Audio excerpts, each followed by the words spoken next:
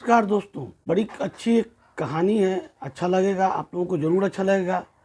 इसे शुरू से अंत तक ज़रूर सुनिएगा। इसमें सही कहा गया है कि जो प्राप्त है वही पर्याप्त है, जिसके मन मस्त है उसके पास समस्त है। इसलिए जीवन में जितना हो सके दूसरों की मदद कीजिए, क्योंकि दूसरों की खुशी में ही हमारी असली खुशी छिपी हुई है। आइए जाने एक सच्ची कहानी के द्वारा जो जीवन में एक नई सीख देती है, एक सच्ची सीख देती है।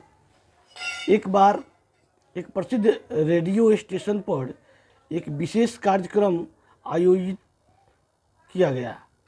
उस कार्यक्रम में एक बहुत ही सफल और प्रसिद्ध करोड़पति को अतिथि के रूप में बुलाया गया।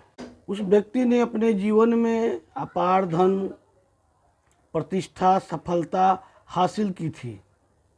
कार्यक्रम के दौरान रेडियो उद्घोषक ने उससे एक दिलचस्प प्रश्न पूछा, इस प्रकार: आपने जीवन में इतनी सफलता और संपत्ति प्राप्त की है, लेकिन मैं आपसे यह जानना चाहता हूँ कि आपको अपने जीवन में सबसे अधिक खुशी किस चीज़ से मिली? करोड़पति मुस्कुराए, कुछ पल के लिए चुप रहे, मानो अपने जीवन की लंबी यात्रा को याद कर रहे हों।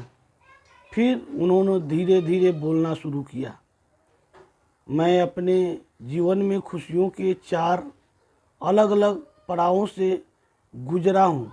इन चारों पड़ावों ने मुझे यह समझाया कि असली खुशी आखिर होती क्या है। रेडियो स्टूडियो में गहरी शांति छा गई। सभी लोग ध्यान से उनकी बात सुनने लगे। उन्होंने आगे कहा, मेरे जीवन का पहला चरण था धन कमाना और साधन जुटाना। मैंने रात दिन मेहनत की, व्यापार बढ़ाया और बहुत सारा पैसा कमाया। मेरे पास बंगले, गाड़ियाँ, बैंक बैलेंस सब कुछ था। लेकिन आश्चर्य की बात यह है कि इतनी संपत्तियां होने के बावजूद भी मुझे वह सच्ची खुशी नहीं मिली जिसकी मुझे तलाश थी। इसके बाद मैंने जीवन का दूसरा चरण आया। कीमती चीज़ों और विलासिता की वस्तुओं को इकट्ठा करने का। मैंने महंगी कारें खरीदी, शानदार घर बनाए, दुनिया भर की कीमती वस्तुएं इकट्ठा की। शुरू में उन चीज़ों को देखकर अच्छा लगता था, लेकिन कुछ ही समय बाद उसकी चमक फीकी पड़ जाती थी। तब मुझे एहसास हुआ कि वस्तुओं की खुशी बहुत ही अस्थायी होती है। फिर मेरे जीवन का तीसरा चरण आया, बड़े बड़े प्रोजेक्ट्स और उपलब्धियां हासिल करने का। मैंने बड़े बड़े बिजनेस शुरू किए, एक फुटबॉल टीम खरीदी, टूरिस्ट रिसॉर्ट बनाए और कई बड़े प्रोजेक्ट्स में निवेश किया। समाज में मेरी प्रतिष्ठा बढ़ती चली गई। लोग मेरी सफलता की प्रशंसा करने लगे, लेकिन दिल के किसी कोने में फिर भी एक खालीपन बना हुआ था। मुझे अभी भी वह संतोष और खुशी नहीं मिल रही थी जिसकी मैं तलाश कर रहा था। रेडियो उद्घोषक और श्रोता बड़ी उत्सुकता से उसकी बातें सुन रहे थे। करोड़पति ने थोड़ी देर रुक कर कहा, फिर मेरे जीवन का चौथा और सबसे महत्वपूर्ण चरण आया, जिसने मेरी सोच ही बदल दी। उसने आगे बताया कि एक दिन मेरे पुराने मित्र ने मुझसे कहा कि कुछ विकलांग बच्चों के लिए व्हील चेयर खरीदनी है। उसने मुझसे मदद मांगी। मेरे लिए यह कोई बड़ी बात नहीं थी, इसलिए मैंने तुरंत कई व्हील चेयर खरीदने का फैसला लिया। लेकिन मेरे मित्र ने मुझसे एक और अनुरोध किया। उसने कहा कि आप मेरे साथ चलिए और इन व्हील चेयर को अपने हाथों से उन बच्चों को दीजिए। मैंने पहले सोचा कि इतना समय कहाँ है, लेकिन फिर उसके आग्रह पर मैंने उसके साथ के लिए तैयार हो गया। हम दोनों एक संस्थान में पहुंचे जहां कई विकलांग बच्चे रहते थे। जब मैंने अपने हाथों से उन बच्चों को व्हील चेयर दी तो मैंने उसके चेहरों पर जो खुशी देखी वह मेरे जीवन का सबसे अनमोल दृश्य था। वे बच्चे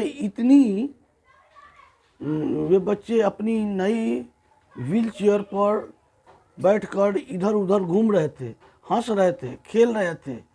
ऐसा लग रहा था जैसे वे किसी पिकनिक पर आए हों। उनकी आंखों में जो चमक थी वह किसी भी महंगी चीज़ की चमक से कहीं अधिक सुंदर थी। उसी पल मुझे पहली बार महसूस हुआ कि सच्ची खुशी दूसरों को खुश देखकर मिलती है। जब मैं वहाँ से वापस जाने लगा तभी एक छोटे बच्चे ने मेरा पैर पकड़ लिया। मैंने प्यार से अपना पैर छुड़ाने की कोशिश की, लेकिन वह बच्चा मेरे चेहरे की ओर देखता रहा और मेरे पैर को कसकर पकड़े रहा।